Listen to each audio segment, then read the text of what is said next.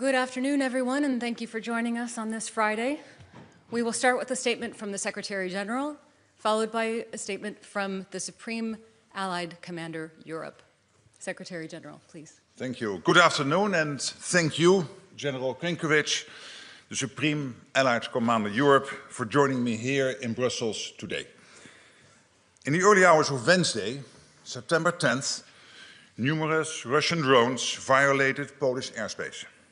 NATO's air defenses were activated and successfully ensured the defense of NATO territory. Whilst this was the largest concentration of violations of NATO airspace that we have seen, what happened on Wednesday was not an isolated incident. Russia's recklessness in the air along our eastern flank is increasing in frequency. We have seen drones violate our airspace in Romania, Estonia, Latvia, and Lithuania. Whether intentional or not, it is dangerous and unacceptable. At a meeting of the North Atlantic Council on Wednesday morning, allies discussed the situation in light of Poland's request for Article 4 consultations. Allies expressed full solidarity with Poland and denounced Russia's reckless behavior. NATO's core task is to deter aggression and defend every member of this alliance against whatever threats we face. Safeguarding our eastern flank is of utmost importance.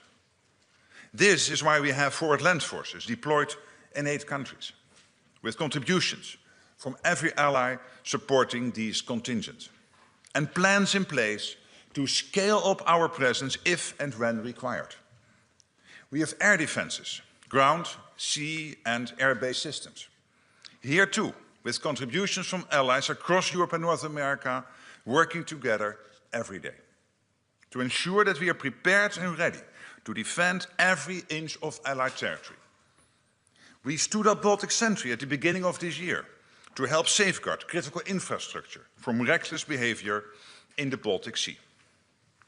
And today, General Grynkewich and I are here to announce that NATO is launching Eastern Sentry to bolster our posture even further along our eastern flank. This military activity will commence in the coming days and will involve a range of assets from allies including Denmark, France, United Kingdom, Germany and others. In addition to more traditional military capabilities, this effort will also feature elements designed to address the particular challenges associated with the use of drones. Eastern Sentry will add flexibility and strength to our posture and make clear that as a defensive alliance, we are always ready to defend. I am confident in the strength and ability of this alliance, not least because of the excellent leadership of our top brass. So let me pass the floor to General Grynkewich to provide a bit more detail about how we are reinforcing our posture through Eastern Sentry. General, you have the floor. Thank you, Secretary General. It's a great honor to be here by your side in Brussels for this important announcement, one that will strengthen our defenses. Integrated and layered air defenses, both air and ground-based, will be key as we move forward. This was on top of everyone's mind in the Baltic states, where I just returned from a short while ago. My conversations with leaders in Estonia, Lithuania, and Latvia focused on NATO's response to the reckless and dangerous act that occurred in Poland earlier this week. I am incredibly proud of our response.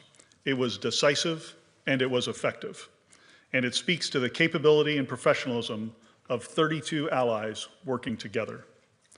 As the Secretary General just mentioned, this decisiveness will continue with Eastern Sentry. Although the immediacy of our focus is on Poland, this situation transcends the borders of one nation. What affects one ally affects us all. This is an issue that impacts all of the alliance, and we will treat it as such.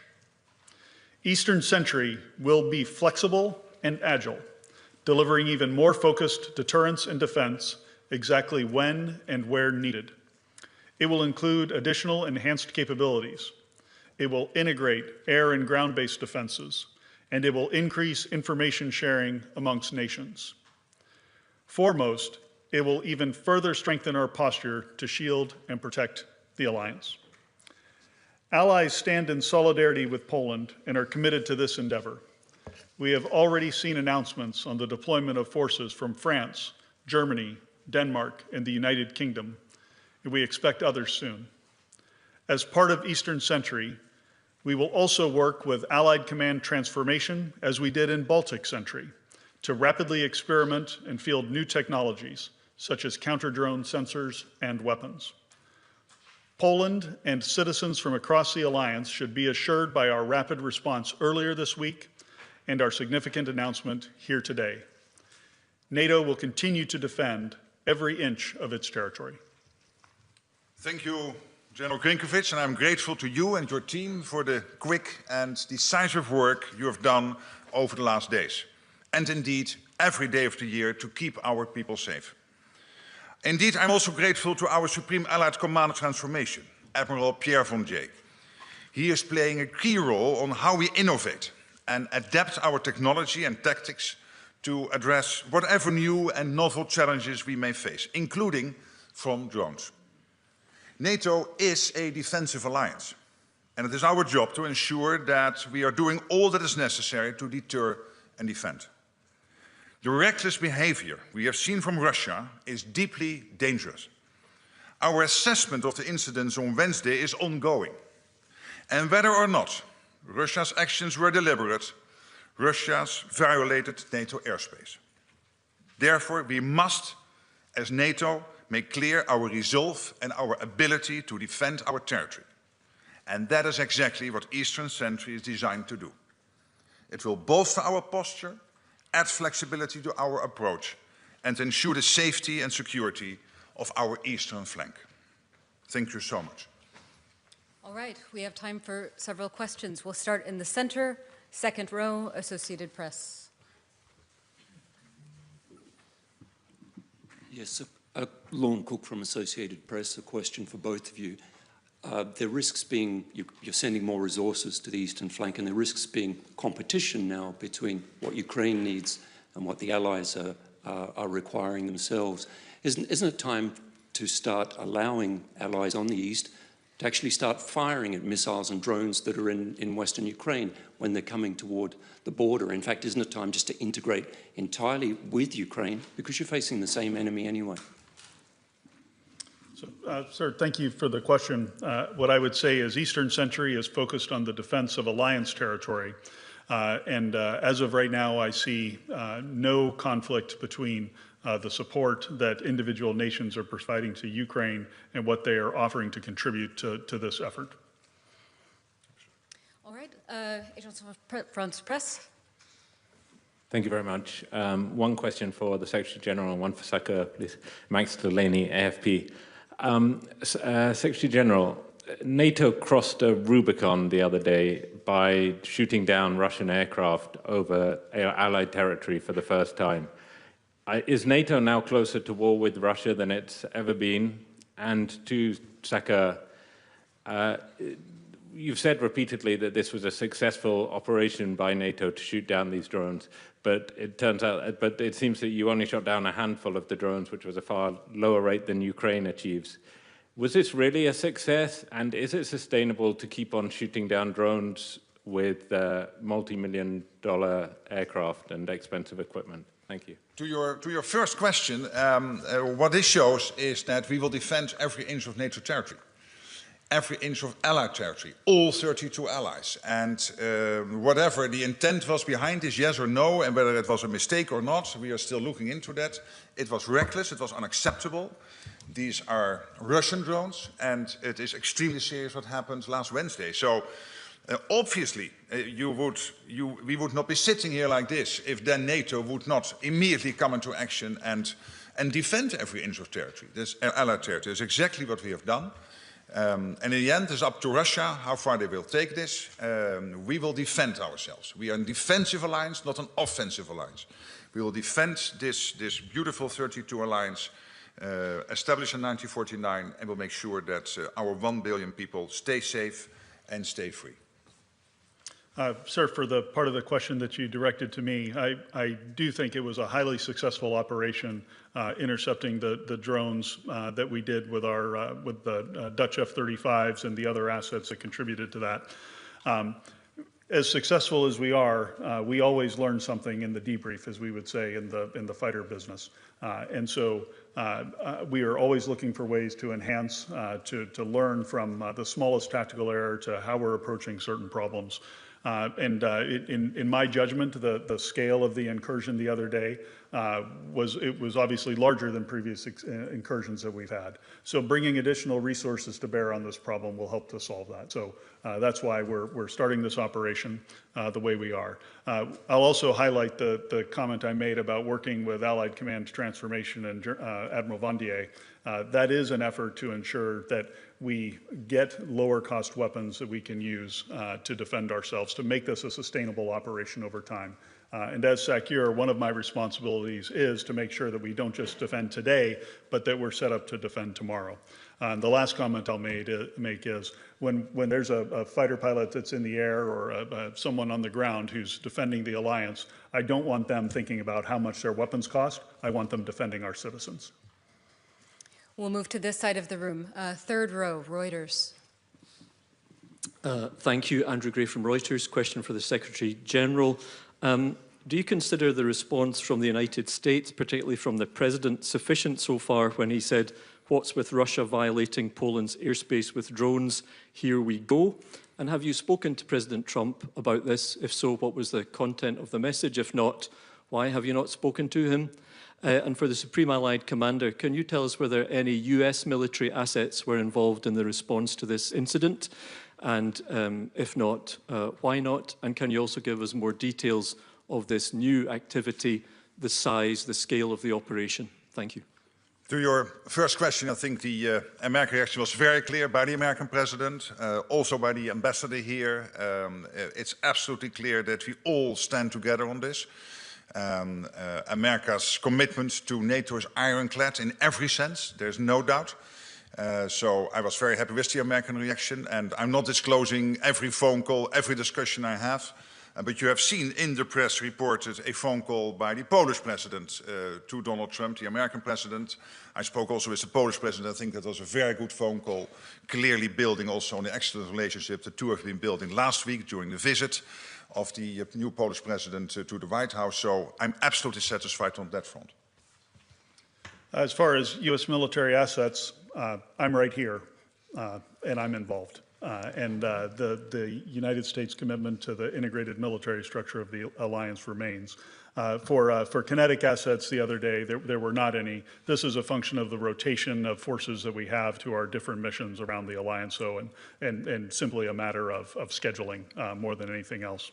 As we look forward to your question on more details on the size and scope, Eastern Sentry, as I envision it, is going to cover the entire eastern flank of the alliance, from the high north to the Black Sea and the Mediterranean, anywhere that we might see a threat from the Russians. And modeling on Baltic Sentry, which is a highly successful operation in the Baltic Sea, we have been able, through our presence and through adapting the level of forces that we have at any particular time based on how we assess the threat picture, to prevent any attacks on undersea infrastructure in the Baltic Sea since we started that operation. The same logic of this vigilance activity will apply, in that across the eastern flank we'll constantly adjust and change our posture in a manner that keeps the adversary off guard, but also responds to specific threats as we see them emerging. Fourth row, center. Thanks for the question. Thomas Kutschka with Frankfurter Allgemeine Zeitung. I have two questions. The first one for the immediate future. When will this new operation be up and running? Baltic Sentry was just a matter of days. Is that the time frame you're considering? And then in the longer term picture, the President of the European Commission this week suggested or proposed a drone wall as an answer to the new threat, to be possibly financed from the common EU budget. I'm just wondering what your thoughts are about this idea. It's something that comes from the Baltic states. Is that the right way to go to better protect the eastern flank? And I leave it up to you who wants to So I take reply. the second question and Grynkewich, you do the Okay, first. sir. Yeah. Yeah, so a couple of comments. I have issued the order tonight for Eastern Sentry to begin. The order went out as this press conference began, and so operations are being brought together immediately underneath my authorities as SACEUR. Now, it will take some time for us to bring everything together with the new contributions that have been coming in, and we'll continue to work on this and refine the design of the operation moving forward, but it begins immediately. I'll just make one comment on the drone wall, Secretary General. This is very in line with some of our thoughts of fortifying our eastern flank from a land and air domain perspective. And just coming back from the Baltics, the number of states are making investments in technologies, learning lessons from Ukraine about what kind of sensors and what kind of weapons, kinetic and non-kinetic, might be effective. And so integrating those sorts of defenses into our daily deterrence activities and into our regional plans is absolutely going to be something that we want to do moving forward. Exactly. Now, and then to your question about Ursula von der Leyen, the President of the European Commission, I think she had an excellent State of the Union. There was a lot of defense in there and a lot of, how also the EU can help here and contribute to the overall effort.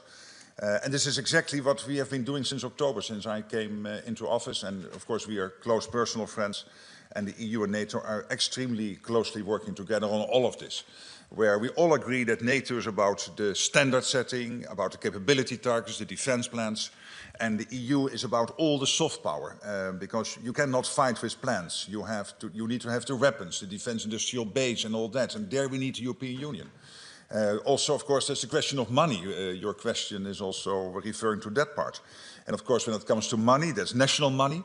But everything the EU can help is great, and where the EU can bring together initiatives to, for example, when it comes to drones and developing the industry, that is all extremely helpful and absolutely in line with how and I think also the President of the European Commission see the division of labor. And here we can learn so much from, of course, Ukraine itself. They have a well-established defense industrial base. They have a lot of experience now with drone interceptors. We have JTAC, the Joint Analysis Training and Education Center in Poland, which is joint NATO and Ukraine, where we take lessons. And as we both said, Admiral Pierre von Jay and his team in Norfolk, of course, working day in, day out on making sure that we apply the latest insights, technologies in how we build our posture.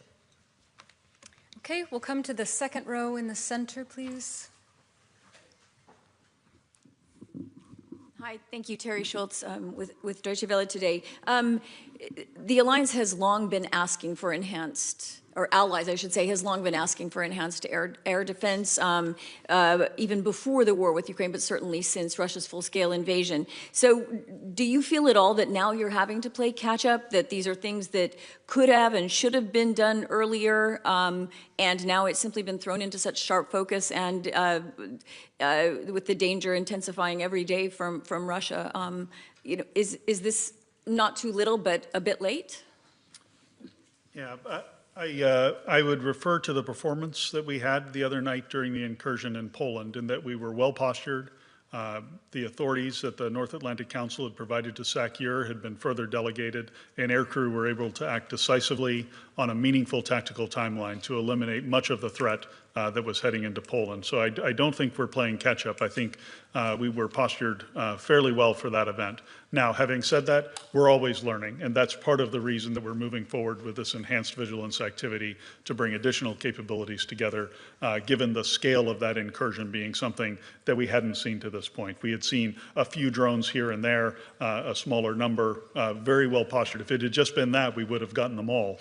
But clearly, with the number that came across the border, it's time to take a fresh look at this, and we're always learning. NATO is a learning organization. Allied Command Operations is a learning command, and we're going to do everything we can as we learn those lessons to incorporate them rapidly and ensure we're defending every inch of the alliance.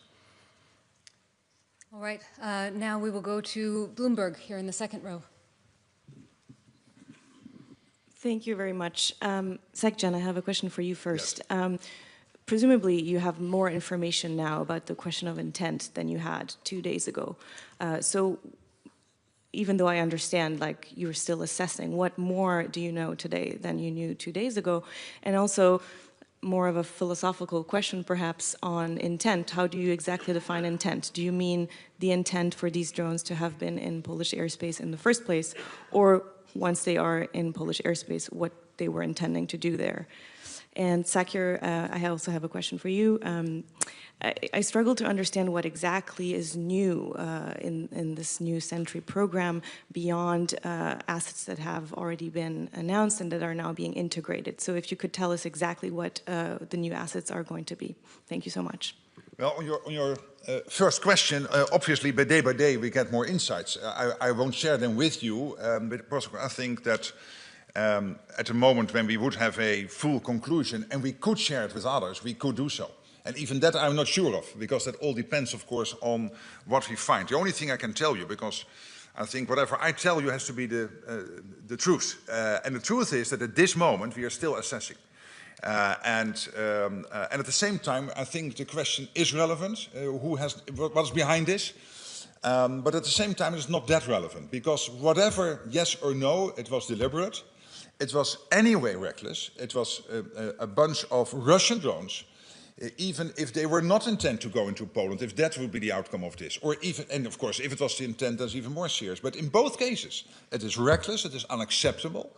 It is the Russians taking risk. We have seen this before in the Baltic countries. We have seen this before in Romania. And this is simply unacceptable. And that is why it is so important that on top of what we do already, which is the overall posture of NATO, plus the forward land forces we have on the eastern flank, that the Supreme Allied Commander has decided to launch this initiative to make sure that we defend the eastern flank even better with more flexibility. So a really good question. So we saw President Macron's announcement of providing the Rafale fighters. We have Danish F-16s that have been offered. A frigate has been offered. Some ground-based air defense capabilities have been offered. But I would ask that we don't focus on those specific items. The key to this is an entirely new defense design. So the previous way that we orchestrated ourselves on the eastern flank is we had individual air policing actions in different locations, and we had individual ground-based air defenses in several locations as well. And then, of course, we're working with nations on a case-by-case basis as we see threats. This is going to be a comprehensive and integrated approach, and with additional resources, we'll be able to plug gaps in the line, we'll be able to concentrate forces where we need to defend at a moment of a particular threat, and we'll have much better communication across the entire eastern flank so that it's truly an integrated approach to this defense. Thank you. Okay, we have time for a few more. We'll go to the fourth row in the center.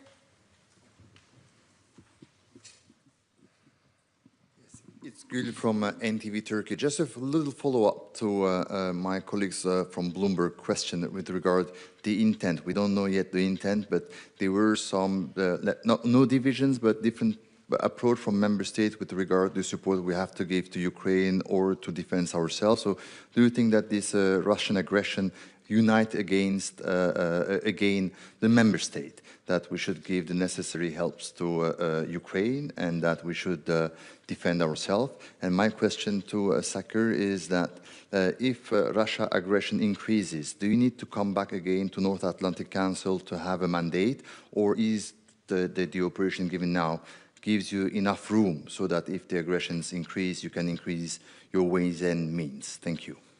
On your first question, as I said, we are assessing it, and again, the answer to that question is of course of relevance, but anyway, it is unacceptable what happened. And anyway, it is the Russians behind it, because these drones came out of Russia. So the question is then, was it deliberate or not? And of course that's relevant, but only to a limited extent, because in the end, whatever they did, it is reckless, it is unacceptable, and we cannot accept Russian drones entering European, EU, NATO airspace. Allied airspace. That is absolutely impossible, and that is why we need to defend ourselves against it. On your second question, it is and. And this is exactly what also the Supreme Allied Commander said before. One, we have our plans in place, and we can, as we speak, if any attack would take place on NATO territory, we can defend ourselves. And then, of course, we have the coalition of the willing working on if there will be a peace deal in Ukraine. Let's pray it will be there as soon as possible. that we are able collectively to put in place the necessary security guarantees for Ukraine. We can do that. And what General Grynkewich today announced, we can also do, without spreading our resources too thinly. No, thank you. And I'll just add to what the Secretary General said. As Supreme Allied Commander Europe, I'm incredibly grateful for the NAC, for the authorities that have been delegated under the Defense and Deterrence family of plans that we have, including here during our peacetime period. And what this allows me to do on behalf of the Alliance is to rapidly respond to these events. I'm very careful to execute those authorities with discretion and judgment, again, but very thankful to the NAC for allowing us to do this, allowing me to have the authority. Again, it enables a rapid response. I think that's important in this day and age when things move so very quickly, and we'll continue to move quickly to respond to this. Okay, we'll go to the third row, the men with the tie. Yes. Thanks for taking the question, Richard Huso, Finnish Broadcasting Company. This is for both the Secretary General and the Supreme Commander, if I may. The threat of airspace violations and drone attacks is obviously a shared concern for all allies, but would you say that countries with a longer border to Russia are more exposed in this regard, and could they expect some specific or enhanced help from NATO to tackle this situation? Thank you. Yeah, but of course the problem is this is about the eastern flank, because here is a direct threat to the eastern flank from, for example, drones or whatever could threaten our allies on the eastern flank. But more generally speaking, you know, I don't like that whole eastern flank thinking because it gives the impression that if I live in Madrid or in London, I'm safer than when I live in Tallinn, and that is not true.